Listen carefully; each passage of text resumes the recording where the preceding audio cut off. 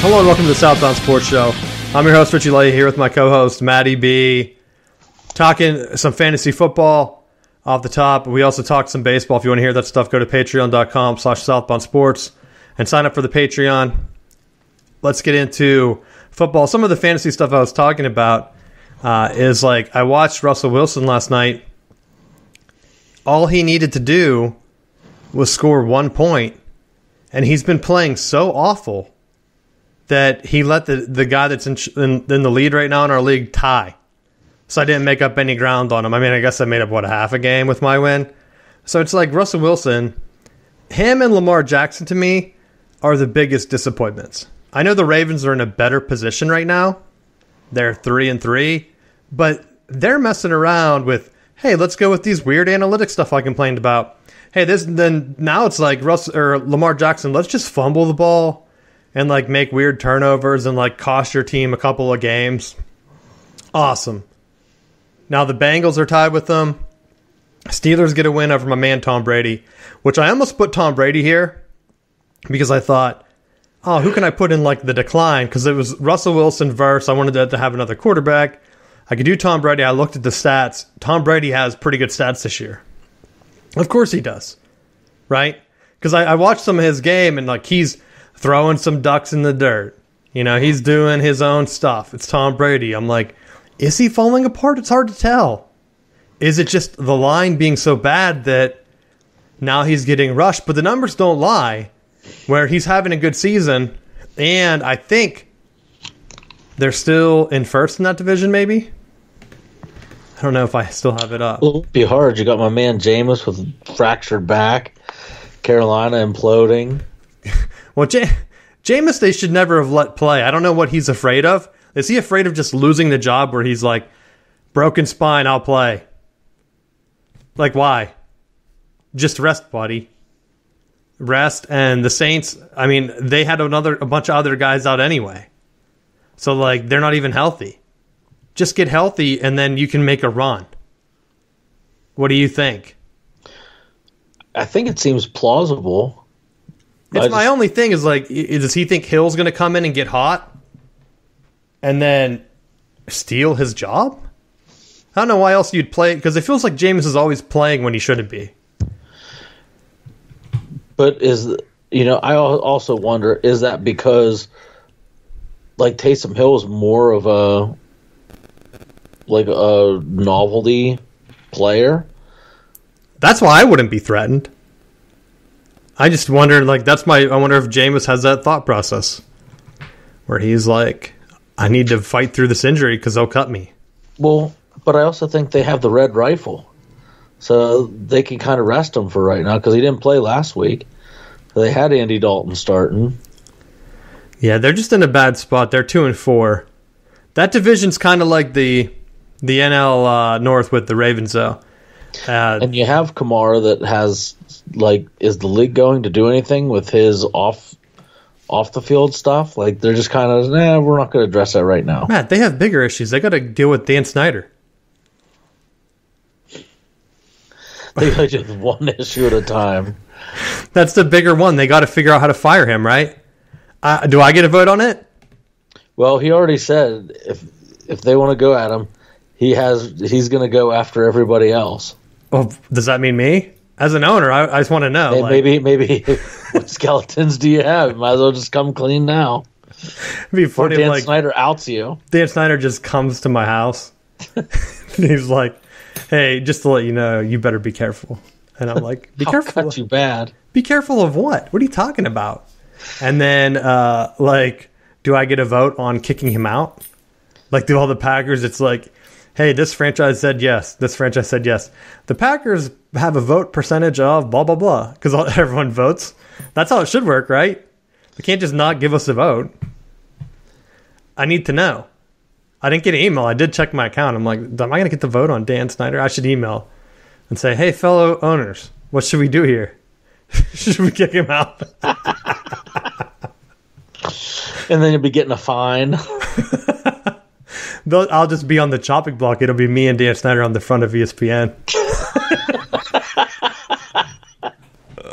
John Gruden will start texting me asking if I want to hang out. Because he's part of it, right? Yeah. Or was that just the GM? It's hard for me to follow because I really don't care. And so it would take a lot of time for me to invest to figure out what's going on here. But they're like investigating him because of his behavior with cheerleaders and staffers, right? Which is tied to John Gruden case. That's how they kind of found out about it, I think. Maybe I'm misremembering, but I don't know. And to me, it's just funny, you know? What are they doing? Are they going to get rid of him? Is it going to be like the Clippers where like, hey, we're going to push you out and we're also going to bring in a guy that we can like promote and help promote the league until he makes like comments we don't agree with or whatever. I think that was the same guy. It's like, all right. So let's see what happens. The NFL hasn't really pushed no one out other than the Carolina guy, right? Yeah. And then that new guy made a bunch of asshole comments last week we talked about. But let's kick it back now. You want to talk about Claysburg stuff before we get back into the NFL? I know I skipped right over it. Well, I don't know how much I can get into it this week because I'm really trying not to get sanctioned. But we had some issues during our game where the running back from Tussey Mountain was stripped of the football by our defensive end. And he was about 10 to 15 yards down the field on two separate plays. And then the officials said that the player was down. So wait, they let the play go and then said he was down? Yeah, they let the play go. My guy stripped the ball, was returning it for a touchdown. Like, no one was around him. And they're like, forward progress has stopped. And I was like, but the ball's over there. He's running away. He has the football right now. How did it get 15 yards away? They're like, he is down. Like, well, he's here, and our guy's over here. That's why you need replay. You need to bring replay to the conference. Well, and there was a separate issue where they were ready to throw one of my guys out. And they're like, he ran into me, and he wasn't paying attention, and it was visible that a player from the other team like threw him into the official. And I said, I watched it on film. I said, I saw the play happen. He threw him. He was thrown into you. Did you send him the tape? No, because they're not allowed to look at it. I was like, I have it on film, and I said, I watched it. I saw it right in front of you. Matt, are you aware that there's a shortage of referees? I am very much aware. I am very much aware. So wait, why aren't you allowed to send them tape? Well, you could send it in and petition, but there's nothing they're going to do. Yeah, but then they might just feel like jerks, or they might just hate you. It's a thin line, because Harbaugh did that when he first came to the Big Ten, remember? They were always finding him for doing stuff. They gave Michigan a sideline warning after one of the big plays against Penn State on Saturday. And there was a coach that what are they doing really went after officials and like critiquing the way that they called games, and ended up being put on like a probation and had to do all these extra courses. And I'm not trying to do all that. So I think everyone does a great job all the time. This is going to be our most downloaded show as it gets sent across the Pennsylvania office of what not to talk about. And if that happens, you just cut me out of it. Cut my ports out. Because I don't even live in the state, so, let's go out there. But I'm saying, I don't care if there's a shortage. I think the refs need to get better. I've said it all along. I've talked about it. I don't even know how much, because there were some things in my notes in the past couple weeks just watching the Big Ten noon game, which of course just it involves Michigan a lot. But there was another one. I don't think it was the Big Ten noon game, but like you're putting all this money into being Fox's #1 game at noon. Get officials that know what they're doing. Like it's just bad when going back to like the Indiana-Michigan game, Indiana threw an out route with a guy getting blocked right beside him. It's like illegal play. They had to review it. Now, luckily they got the play right because it called back a touchdown. But it's like then they had to do it again on Michigan's side. They're like, well, we didn't know if he's past the line. I'm like, your job is to literally stand there and see if he's catching the ball behind the line or not. Like, why do you need to review that? You're just wasting time. Like, I'm glad you're getting it right, but this is the Big Ten's best game each week. It's hard to market it that and then have like a bunch of flags. What was the game? Was it the last night game where the NFL, within like the first 5 minutes, they had 6 flags? And I was like, you guys, I know I need to watch this for fantasy, but you guys are really tempting me here to turn this off. Like, I do not want to see 6 false starts. There were a lot of false starts. I don't know if they were all false starts, but I'm like, and then I think they said that the one team ended the game with 150 yards and penalties last night. And I'm like, what? You're lucky that I was cheering for Russell Wilson to get that 1 point and he never got. Otherwise, I would have turned that game off because that was embarrassing. So I agree with you. It's not just on the high school level. I just think I don't know what they can do to improve it. Yes, we know there's a shortage. What are you doing to solve that? Because that's what I want to say. Like, growing up, like, officials are getting like, what, $30 a game? Like, I did some officiating just randomly throughout like my college days. It's like, hey, I need some extra money. I'll go officiate or ref a baseball game or two to be an ump. It's like, yeah, you get a couple of bucks. It's like, is it really worth it, man? I'm assuming that it went up to, like, with inflation, like they should at least be getting $50 to $70 now, maybe.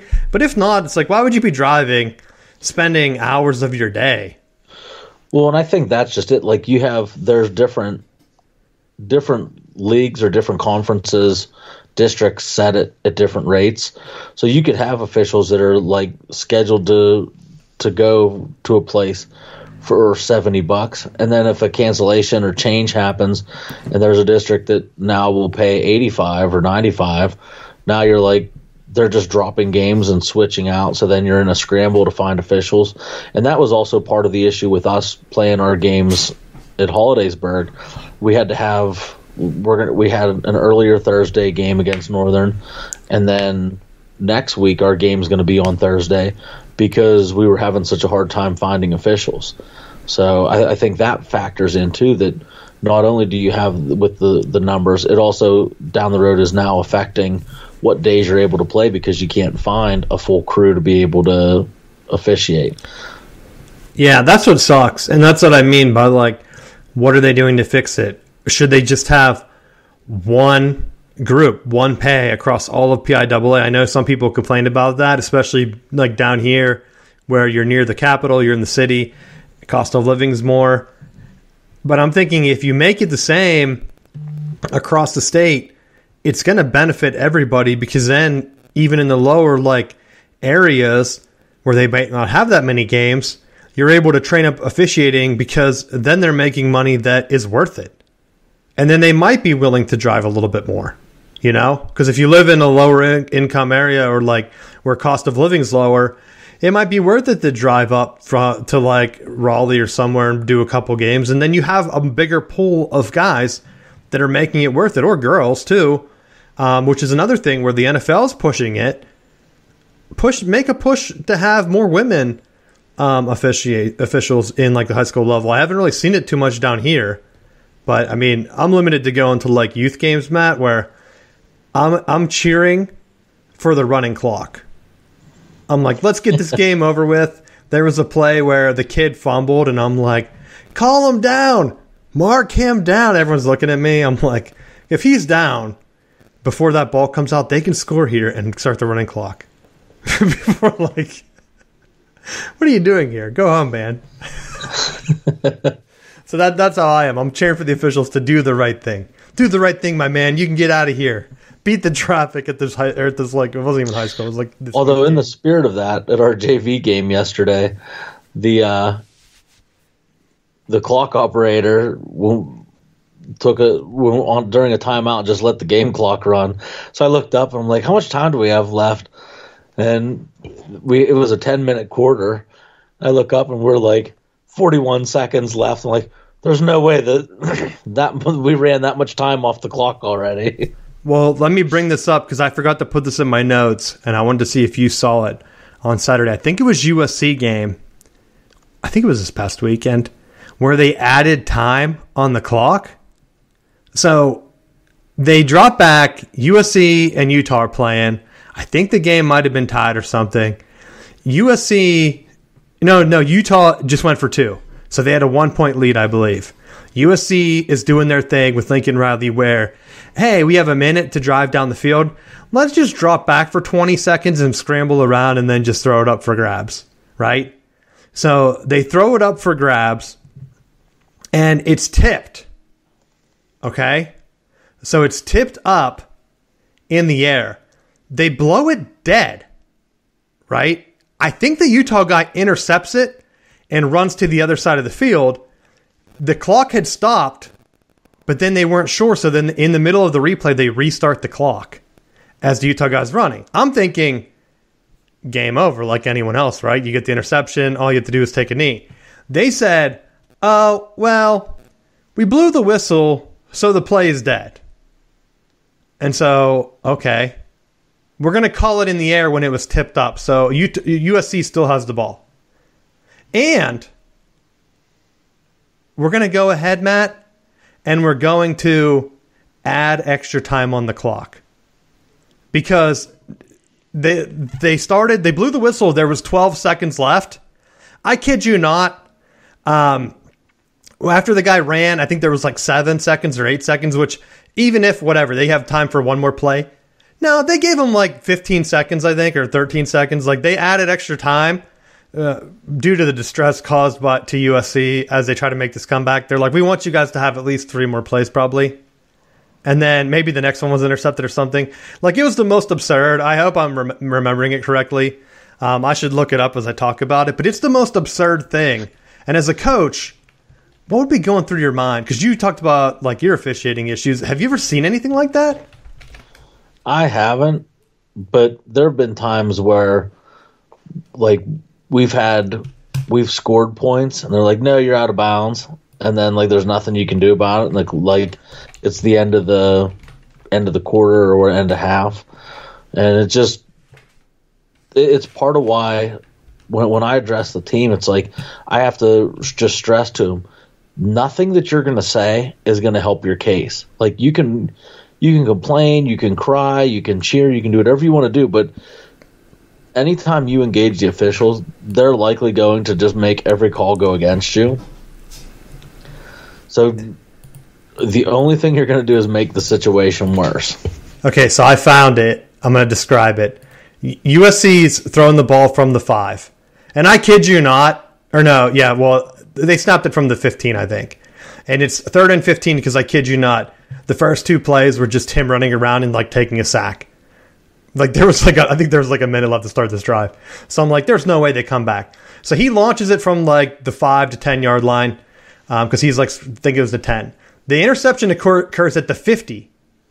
They said that when the ball was tipped, and Matt, I'm not even kidding, this is like a split second interception. It tips from the USC guy right to the safety immediately. It's not like it winged up in the air. Like if you watch the Michigan-Penn State game, there was like the one pick 6 where it dinged off like 2 different dudes, and then Penn State finally caught it and ran for touchdown. So even the camera guy was kind of confused. No, this is an immediate interception at the 50-yard line. So they said that USC called a timeout or something, an inadvertent whistle, in the middle of the play. They granted it to them. He catches the ball. When the flag and the whistle goes, it's 12 seconds left. So 12 seconds left. He runs all the way across the field because he intercepted the ball, of course. So he thinks he's going for like a touchdown. He runs it all the way back to the 20. There's 8 seconds left. They add the extra time. They add 13 seconds back on the clock. So they give him an extra second, and they give him the ball. But they didn't even take a timeout away from them because they said that because it happened in the middle of the play, they can't grant a timeout. So they're just going to do it anyway, and then, just pick up play. So, like, the most absurd thing, because, like, you always hear about how Penn State had those conspiracies about the Big Ten, and the entire time this is happening, I was just thinking, like, is this their audition tape for the Big Ten where they can just add time back on the clock? They're like, guys, we're still coming. We know Michigan got that 1 second added back for the Manningham touchdown against Penn State in 2000, whatever that was, 5. Like, here, we can do the same thing. We'll just beat Utah. No big deal. We'll get you guys the playoff money. And then, of course, like, they did the same exact thing. They just tried to throw it up. I think it was either intercepted or incomplete or something. It's like, USC, do you not have any offensive plays? If Addison didn't transfer there, USC would not be undefeated. A lot of their plays are just him making great receiving plays. And I wonder what would have happened if he would have stayed at Pitt. Would Pitt be undefeated? Like, he's definitely a game breaker. And then at the end of the game, of course, they're like, well, we're not going to throw it to him. We're just going to get time at it back on as much as we need it. But they lost. That's getting college into the NFL, the middle of my show. But did you see what the Utah quarterback had to say? No, what did he say? He's like, he hated the way Lincoln Riley treated him when he was trying to get recruited to Oklahoma. And he said, like, essentially, if I ever have a chance, I want to beat him. I want to beat Lincoln Riley. So got his wish going to Utah. I was surprised they went for 2. I was like, oh my gosh, they're going to blow this. Just go to overtime. They were playing better. USC was blowing it. They had a big lead, and then they were just doing their own thing. But so they threw a flag. I don't know if that administered in it, but I don't think he mentioned that whenever they did the thing. And they said that it was a flag because of the helmet to helmet. Or no, he slammed them. I don't know. So it should have been a flag. And then I think he threw and pushed him out of bounds, so it should have been another personal foul on USC for a late hit, I think. But that play was insane. I'll send it to you after the show so you can watch it if you didn't see it. I was like, this is the Big Ten now. That would, instead of it being Utah that was getting screwed out of extra time, that would be Penn State, and their fans would just be going insane. They'd say, like, not again. That's it. We're joining the ACC. That's what they would be doing. Let's get back to my original question. Who do you think, and I know Russell's way older, who do you think is going to end up with the worst season, Russell Wilson or Lamar Jackson? It definitely appears right now that it's going to be Denver. They just can't move the ball. And how much of a fleecing was selling the Thursday night games to Amazon Prime? Because they have like 1,000. It's like they completely were like, who's going to end up blowing this up? Oh, let's just put a bunch of Broncos games on there because they can't move the ball. And well, that's because Denver extended him with that 5-year extension for no reason, Matt.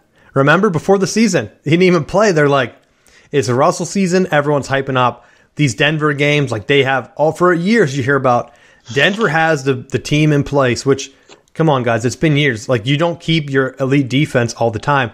All they need is a quarterback, and he's missing guys that are wide open.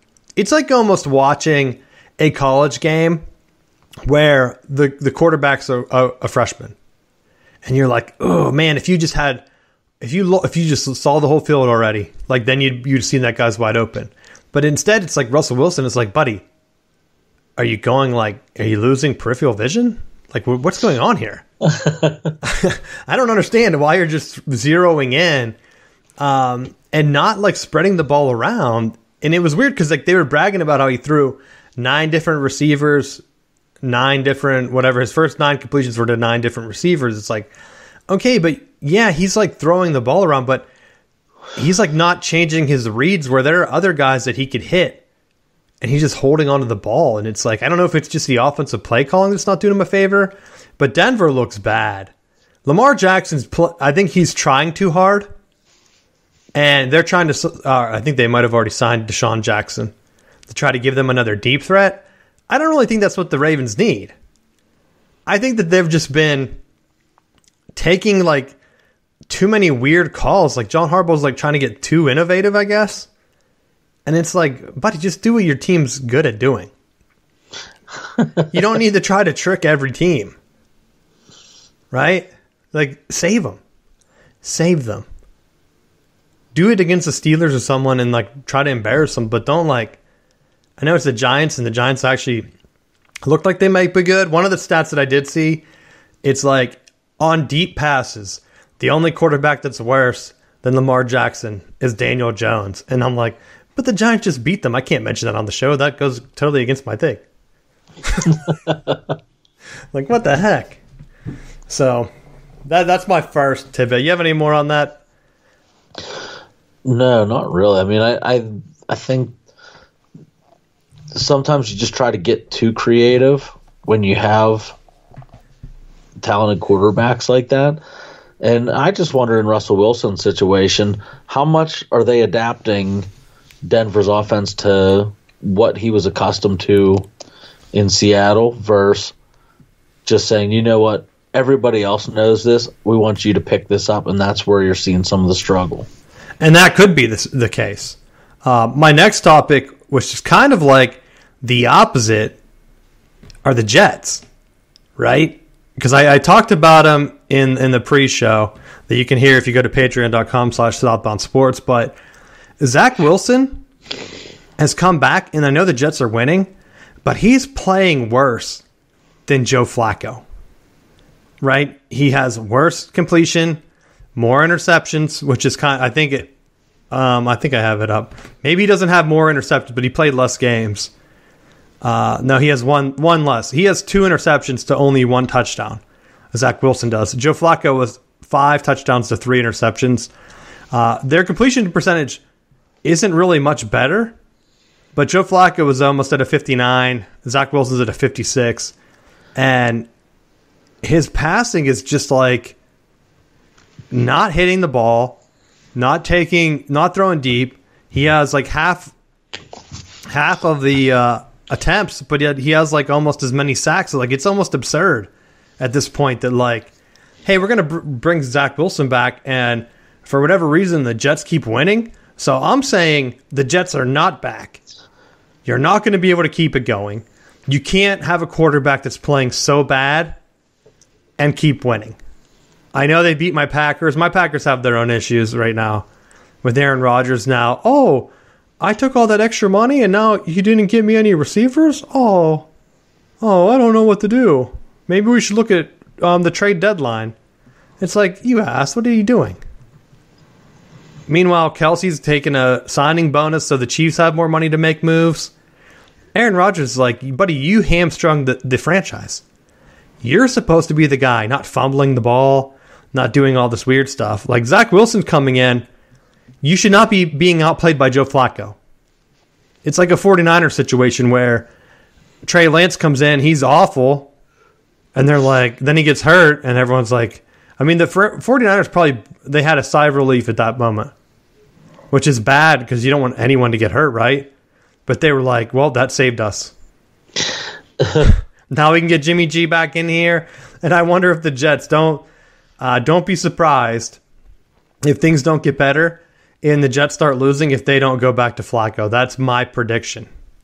Heard it here first on the show. What do you think? Do you think the Jets are back? I don't know that they're back, but I think they definitely seem like they have enough weapons now to compete. And I think that they're young enough that they don't realize that they're supposed to be bad. Like they've had enough high draft picks, and I think that just they're finally in a place where they have a decent talent composite overall that they should be able to compete. And I think they're doing it the right way. They're running Brees really well. They're not getting crazy. They're not like, it's not like they're expecting every week to have these quarterbacks throwing 60 times or 50 times. And Brees was one of my guys I had on my draft board. I think I talked on the fantasy show. It's like, that's a guy that is probably going to have a good year, but he's even done better than I expected. Absolutely. And so I think if you're doing that and you're maximizing your scoring opportunities, you don't necessarily need to have 100 snaps to get the points that you need. You know, if you can get a couple points on the board early, it sets the table for getting some turnovers and leading to bigger plays down the road. That's all kind of I had for the show or for NFL stuff. Do you have anything else you wanted to talk about? No, not really. I mean, McCaffrey's still on the trade block.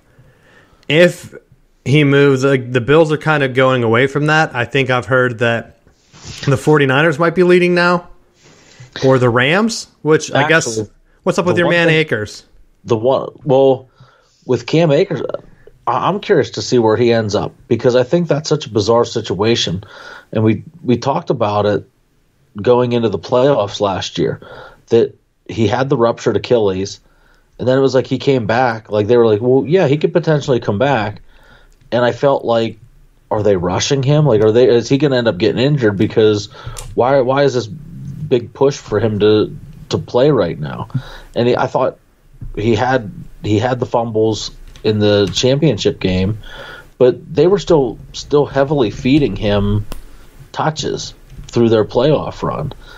And then to see he was just non-existent the first week, kind of used minimally in week 2, and I think he's just having a run-in with the coaching staff or the ownership. There's something deeper that's going on that they're now shopping his value. I don't understand what has changed in the offseason or what soured that relationship, but it went from like borderline questioning, is this even healthy to have him back, to now, screw it, we're just going to go with everybody else. That's what I got. They kicked him off the team, basically, right? They're just like, yeah, he wants a trade and that. But then didn't the coach say that he might play again this year? It was kind of like, yeah, he might play with us again. It was almost like, yeah, we can't really find a trade partner for him, kind of. But I don't know. I mean, I guess if they do a swap with Carolina, what's the difference? You're going to eat McCaffrey's contract. Would it make them better? Would it save McCaffrey's fantasy? I honestly think McCaffrey has just been not playing because he doesn't have to, because the team's been bad, right?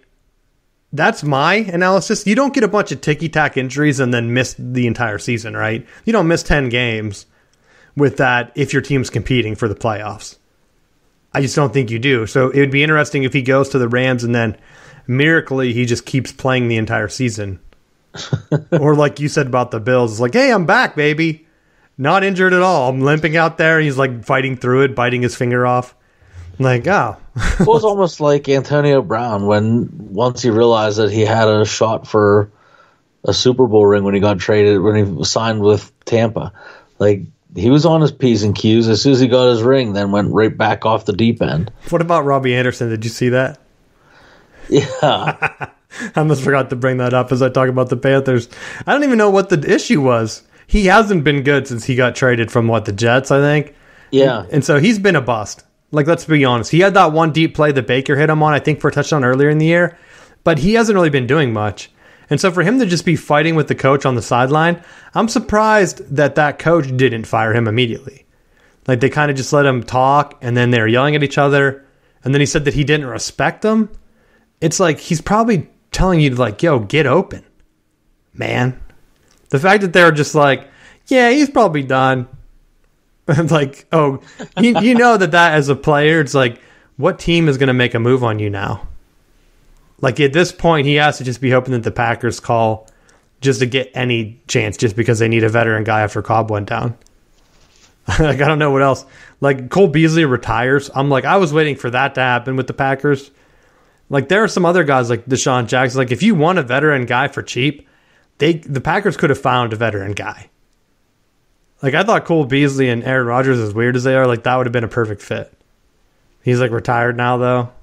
So, Robbie Anderson's the next best thing, probably.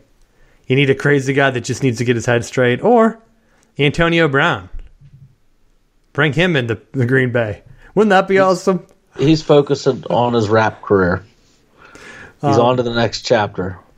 Which I did hear a news story. It was like, hey, this guy murdered his wife, and we don't have any information on him, but we do know that he posts rap videos to YouTube. And I'm like, what kind of news report is this? Not related to sports, but since you said that, rap videos, that's what it made me think of. I'm like, who is this guy, Antonio Brown? They're like, we don't know who the guy is, but he does have a YouTube channel we found where he posts rap videos. I'm like, oh, that's how I want to go out too. They're like, this guy does have a sports podcast. You should check it out. They're like giving him a plug. I guarantee that guy's downloads went through the roof after that murder plug. I don't even know where I heard that, but now seriously, with the Pittsburgh Steelers, What do you think they do with quarterback going forward? I don't think they should even have played Pickett, right? I still say that. What do you think? I mean, they played him, and then he got hurt, and then Mitch Trubisky remembered that he could be a quarterback. Well, see, that's my thing. That's why I don't think you don't rush Pickett back into the game to be murdered by the Bills, right? And then the Bucs. I said that 2 weeks ago, 3 weeks ago. He should never even have been out there. So let him heal, and if Trubisky is going to be able to lead, maybe that's the spark he needed. But I don't want Pickett getting hurt for a season that's going to be a bust. I think beating the Bucs, okay, great. It was at home. There were some fluky things that happened. Awesome, you got another win. You're not a playoff team. You're just not. It took my man Devin Bush showing back up to knock that pass away to get that win on the 2-point conversion. Right? Why are you smiling at that? That was him. I know. First time he's made an appearance all year. Hey, he got hurt. You can't be a speed linebacker and get hurt, lose your speed, then what are you? You're Devin Bush. You're just an undersized guy at that point, right? Feel bad for him. You don't want to see anyone get injured, but when your thing is Lucky Charms. Your thing is hey, you're a little bit undersized, but you're fast as hell. Oh, wait, you got injured and lost your speed. Now you're just undersized. I'm not knocking the guy. I love Devin Bush. He played awesome at Michigan. You're just gritty. He kicked up the Spartan logo on their field before the game that one time, and they're mad at him because they're like, we just painted that. That's the kind of guy you need. You need a revenge tour guy on your team. So maybe he can start being the hype man on the defense. I also think that they could use him a little bit differently, and he would be all right. But you can't have him hey, we're gonna have you fill a hole where you're getting murdered, and then you can't even see the ball because you're smaller. Perfect, great strategy, Steelers. Awesome move. It's kind of like how the Giants had kind of used, or not the who had Peppers first. It was the Browns, wasn't it? Jabril Peppers kind of saying hey, you're kind of like a strong safety, but we're gonna try to play you at a linebacker. It's why? What are you doing? He's not going to fill any holes. Then he's getting murdered out there. And I'm I feel so bad for the guy. How come Honey Badger can get utilized correctly? But it's Michigan guys are we don't know what to do, but we're going to try to make you into this other guy you're not. Really ruin your career. Anything else you have for the NFL? No. All right, let's get into college. Is Tennessee for real, Matt? I'm going to shock you, and I'm going to say yes. Because they got that guy from Virginia Tech, right? If only the ACC could keep their players. Last year, they had to give Walker away to Michigan State. If Walker doesn't transfer from Wake to Michigan State never beats Michigan, right? They would have had an undefeated season. It would have been great. Of course, then the ACC's nah, we don't want this quarterback either. Oh, great. I'm just glad Penn State didn't really want him because there are rumors Penn State wanted him, or he wanted to go to Penn State, and they were we have Sean Clifford. Are you serious? We don't need you, buddy. How did that work out, Matt? I'm sure that's exactly how that played out too. It probably is because they were probably hey, I'm looking to transfer, and they're well, you're gonna have a battle with Sean Clifford, and they were oh, okay, well, never mind, I'm gonna go to Tennessee. They're about Sean Clifford, and he's been here way longer. Hey, Tennessee did get Joe Milton, who said he was going to drop 100 on Michigan, or 50 maybe. What did he say? I know Ryan Day said 100. Maybe Joe Milton said 50 when he transferred out of there.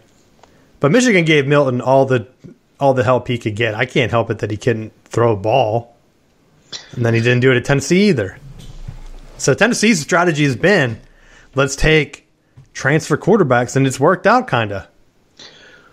Well, and looking at the way Heupel has his offense going, it almost has me going back and trying to think. I want to say he might have even been the coordinator. At minimum, he was on the staff with Scott Frost at UCF. No, that was after. Was it after? Yeah, because I saw some people saying that maybe he was the mastermind behind Scott Frost. Scott Frost was already in Nebraska. He was picked. Was he the first replacement for him, though? I can't remember. Let me bring it up. He was somewhere totally different. He was at was he at App? I'm going to say the wrong team. No, but now I'm going to have to look it up. He was at Missouri. So he was Missouri's offensive coordinator while Scott Frost was at UCF. Then he went to UCF as their head coach. No, he was at Utah State before that and Oklahoma. So he came in. He just took over the undefeated team when Scott Frost left, right? And he went 12-1. Then he went 10-3, and then he went 6-4, which to me is the Brady Hoke. You don't hire a guy that's going downhill, right? But Tennessee's like, well, that's the best we can do at the time. And so then he continued it, going 7-6, but now he's undefeated, which to me, I don't think they're back, or I don't think they're for real. But go ahead. Well, I do think that they're. I don't know that they're going to run the table because, I mean, they beat Pitt that was ranked, and it took the full. It was a close game. It wasn't like they blew them out. They beat Alabama. Like they're definitely beating some quality opponents, but the way that offense is set up right now, it's very similar to the Art Briles style Baylor offense, where they're going to widen out those splits and they're doing things to try to get guys operating in the most space that they possibly can. And I think those receivers were absolutely just playing out of their mind that game, or that one receiver is playing out of his mind that game. And are you able to consistently play that way week in, week out? I don't know that it's possible, especially given that they still are going to have some tough games down the stretch. And let me clarify. I think they're for real this year, but I don't think they're back long term. This really reminds me of Michigan State last year, where you can't take a coach that has been trending down, have one great year led by transfer, right? And then continue that going. Because, like, you're right, the offense is great. What if next year, which Hooker's graduating, right? I think he has to be a senior, doesn't he? I don't know how many years he played at Virginia Tech. Yeah, he played in 18, 19, 20, 20, 21, and then 22. So this is his fifth year. He has to be. But maybe he has the extra COVID year. Well, that one, it looks like he redshirted in 18, so if he did get an extra COVID year, he could be on the Sean Clifford 6-year plan. But even then, that's like, I think that's iffy at best. Plus, if you're lighting it up, why would you not go pro? Right? Why would you risk it? Like, if they're going to say, hey, you're going to be a first-round pick now. Nah. Like, I'd be like, that's something that would happen at Ohio State. Like, they would be back. Right, and you're like, why did you come back? How come Michigan loses every guy, and then Ohio State just getting them back for no reason? So my thing is, it comes down to Stoops. No one's talking about it. I don't mean Big Bob, or Big Game Bob, I should say. I'm talking about his little brother, Mark, at Kentucky, right? Kentucky right now is 5-2. They have not played Georgia. They have not played Tennessee. They get Georgia at home. Everyone should hope that Kentucky wins to stop the SEC from getting hyped up to have 2 or 3 playoff teams, right? Because you're starting to hear it. 4 spots locked up. What, you think they're going to have all 4? Yeah. Kentucky will win the SEC, and then they'll put Kentucky, Tennessee, Georgia, and Alabama all in. I think they'll do it just for the meltdown that would happen. Be like, oh, Big Ten, how's your Big Noon kickoff? We're hosting all 4 playoff games. Well, let's be real. Ohio State should be ranked number 1, right? They haven't had a close game. And if you're looking at it and you're saying, well, Georgia has the same amount of talent as them, it's like, yeah, but Georgia's been in 2 close games. If you're telling me how are they better, like they couldn't score on Kent State. Like, if you're telling me Georgia can't score on Kent State, Tennessee is going to come in with their lighting them up offense, I would say right now, Tennessee has to go to Georgia. I think Tennessee has a great chance to win that game, and I think they do. I think they're exercising demons this year, similar to what Michigan did last year. Now, whether they keep it up, like Michigan's seemingly on that path this year, I don't know if Tennessee starts 6-0 next year, is what I'm saying. But I will say, if they somehow slip up to like Kentucky or South Carolina, honestly, I think for the game, for the entire college football, having Tennessee win the SEC is a benefit, right? I think fans should want to see Tennessee in the playoffs. I think fans right now, they should cheer for Tennessee, UCLA, TCU, and what was my fourth one? Oh, I was going to say ACC has Clemson. I think if fans want to see something crazy, they should cheer for UNC, right? And then if they want, they should probably cheer for Michigan to win out, because you don't want Ohio State or Georgia to sneak in the playoffs having more talent, because like that's a recipe for disaster, playing like an upstart Tennessee team. But Tennessee isn't that far behind in recruiting rankings. Michigan in that scenario would be the highest ranked recruiting team. Clemson would be if they made it. So it'd be Clemson at like 5 or 6 or something. Michigan's like at 14, I think. Tennessee was like at 18 or 19. And then UCLA was like at 26. And then TCU is like way down in like 30 something, 38, I think. Which you can check the numbers. Depends on which site you're looking at. But that's kind of like the gist of it, where if you want like an Ohio State or Georgia to be like 1 and 2 in recruiting rankings in the playoffs, Tennessee coming in as a hot team playing Ohio State with their offense isn't probably going to be a good matchup, you know. Tennessee playing the same style as them, I just don't think you're going to be able to see a new team win the national championship. I think in that scenario, if some of these other teams that are new get in, you don't really want to see a Georgia or an Ohio State. I mean, Michigan lived it last year. If Michigan were to get in with some like 3 or 4 of these other new teams, I think it would be great for the sport. I would have said throw Penn State in there if they would have beat Michigan, but Penn State's eliminated. Let's be honest. We might as well talk about that now. Penn State, what did they call it last time this happened? A non-compete.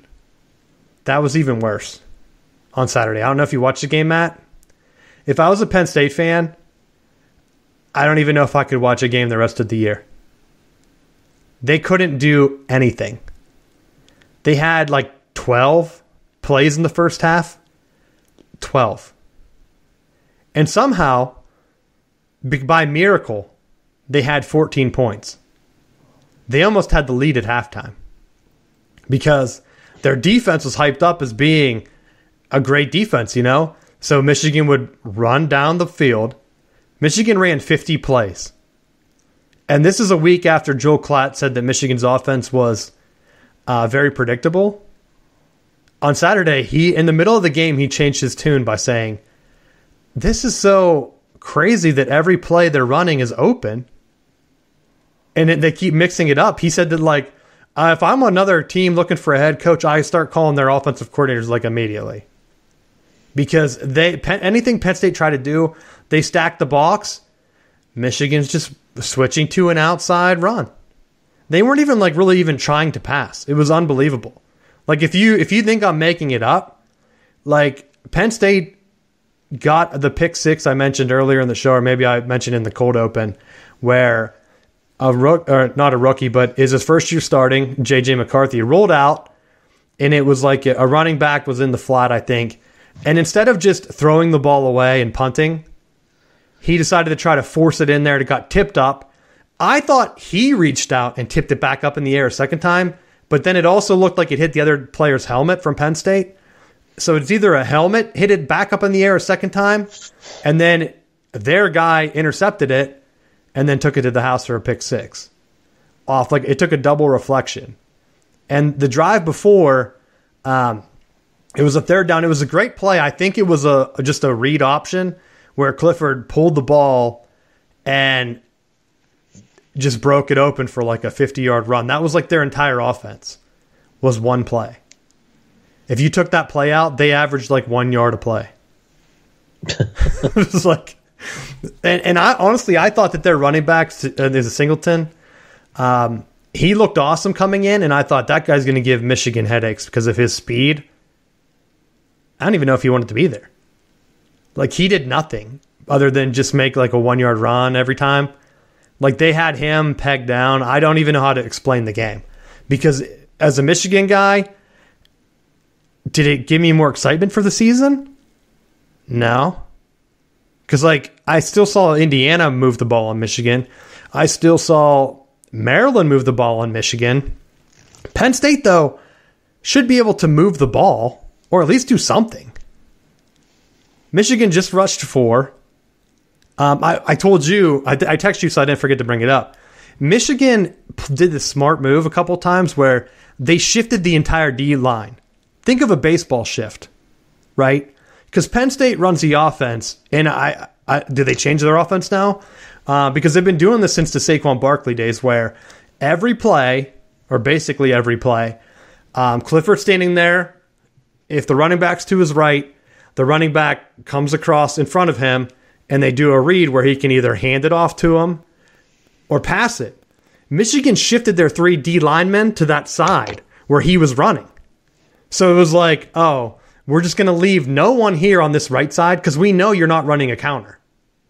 And what we're going to do is we're going to shift our linebackers over. So they had the 2 linebackers over those offensive linemen, and then they had the other one on the left, and he was just blitzing down. So they had to block all 3 linemen from that side. So every play, the running back was taken out because he had to help block. Every time they did the shift, like, it was brilliant. And I'm like, other teams are going to have to start doing this. I've never seen it before. And I told you, like, they backed up Oki, the 5-star guy. They backed him up so he was like a linebacker. So then he is like, I mean, they're like double teaming him or whatever, but he single-handedly had them let Michigan's other big guys, Mike Morris, just destroy their tackle just by running through him because he's like gigantic. And then Franklin after the game was like, I think we need to get bigger. Like, what are you talking about? Buddy, they shifted. How about you run a speed option to the other side? Like, that was my initial thing. All they had to do was run. Clifford gets the ball, and they just run a speed option where he can pitch it to that side where they have, no D linemen. And the other 2 guys, the tackle and the guard should be able to at least get to the second level already and push that. They should have ran that like 3 times, but of course they didn't. I don't know what was going on. But that game, for Penn State fans, their season is effectively over. I don't know how. Technically, they're not done. They could win out. Michigan could win out, lose to Ohio State. Ohio State loses to Penn State, and then you have a 3-way tie. I don't know what the tiebreaker would be in that scenario, but all it then takes is Michigan losing to Illinois or someone, or another upset at Michigan State, and Penn State's in the Big Ten championship. So their season's not over, but that loss was so demoralizing, I don't know how they recover. I just don't. So I have nothing else to say on it.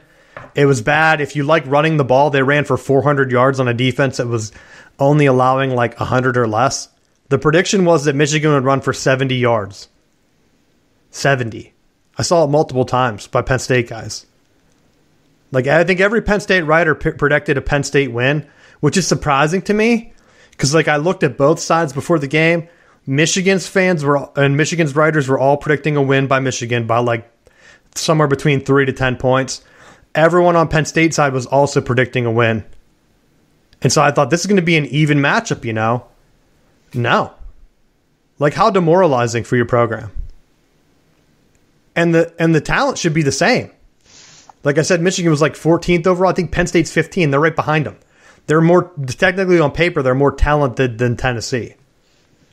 But I don't know. Did you even watch that game? I saw a little.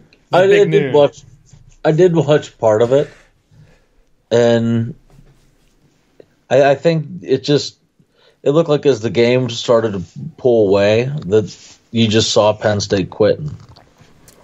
They threw peanut butter jelly sandwiches at halftime in the tunnel.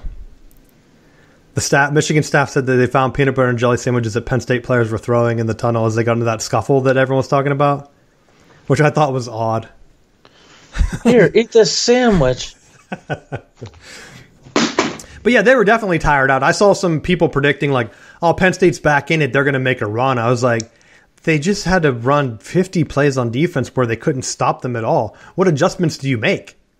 Like, I went back to make sure that I wasn't misremembering. They were stacking the box in the first half.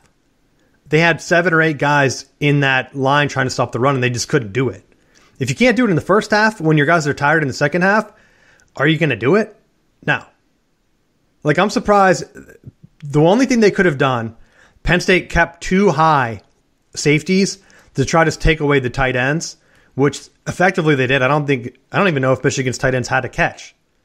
But at some point, yeah, we're going to take away your tight end, but we're going to let you run for 400 yards instead. Like, I don't know why they just didn't bring the other safety down and go 1 high. That's the only thing I think they could have done, is just try to go three across, like a cover 3 with the 2 corners and 1 safety, and bring the other one down where they could kind of move it around. That's the only adjustment that I don't think they tried. And it didn't work out. But that's the one, the game that, in terms of like playoffs now, I'm looking at that game and I'm wondering, does the Big Ten have a shot at 2 teams? Because ESPN's projection now says that Michigan has a 47% chance, even if they lose to Ohio State. Part of it's due to the SEC beating each other up and the other conferences losing. Now, of course, that's if Michigan doesn't lose. I think they're favored in the rest of their games. They play Michigan State left, Rutgers, Illinois, their crossover, Ohio State, and I can't remember the 5th team. They already beat Indiana and Maryland. I don't know. But I'm not going to look it up because it doesn't really matter. But I think they're favored in all the other games except for Ohio State. So that's what I'm thinking. Now it comes down to UCLA, like if they drop one. But personally, like I said, for the health of the sport, if Michigan loses to Ohio State, I really don't care if they make the playoffs at that point, you know? I'd rather have a new UCLA or a TCU actually make the playoffs, because over time, I think having new teams in, even though it's going to expand soon, like as long as Harbaugh doesn't jump to the NFL, this Michigan identity is in place. I did look up, I had one more stat here, Matt. Remember in the beginning of the year when I said like they added the transfers to the blue chip ratio? Yeah. Michigan got a 0 bump for that. And I thought, well, that's odd, because Michigan brought in the 49th best player of all time in their recruiting rankings, and their center that absolutely destroyed Penn State was an All-American candidate from Virginia. Like, he was on the preseason All-American team. How do you put him in, like, in all honesty, say, hey, we're going to update our rankings, but you know the one dude was a 5-star. We're not going to give Michigan a bump for him because he transferred from Alabama, so we're going to knock him down to a 3-star. But we have this other guy that's coming in as a preseason All-American as a center, but we're also going to knock him down to a 3-star just because. It doesn't make any sense to me. It doesn't make sense. USC, like I said, without Addison's transfers, there's no way they would be anywhere as good. So I think the recruiting transfer stuff definitely needs to be caught up on. I think if they added them in, then Michigan would have a better advantage over Penn State. Still not enough to get killed like that. That's 3 times in a row. The last 3 times Penn State played at the Big House with fans, they've lost by a score of like 40-14 or something similar. And that's the only thing that annoys me is every time I talk to a Penn State fan, they're always like, oh, Michigan Stadium's big, but it's quiet. They don't even have a home field advantage. It's like, buddy, 3 times in a row, you're losing by 30 points. That's a home field advantage. You might think that it's quiet because you're hyping up Beaver Stadium, but it's not. But let's go ahead and kick it to the final bell. Thanks for listening. If you want to hear the extended show and you want to hear the final bell, go to patreon.com/Southbound Sports and we'll get into that. Thanks for listening, and we will see you next week.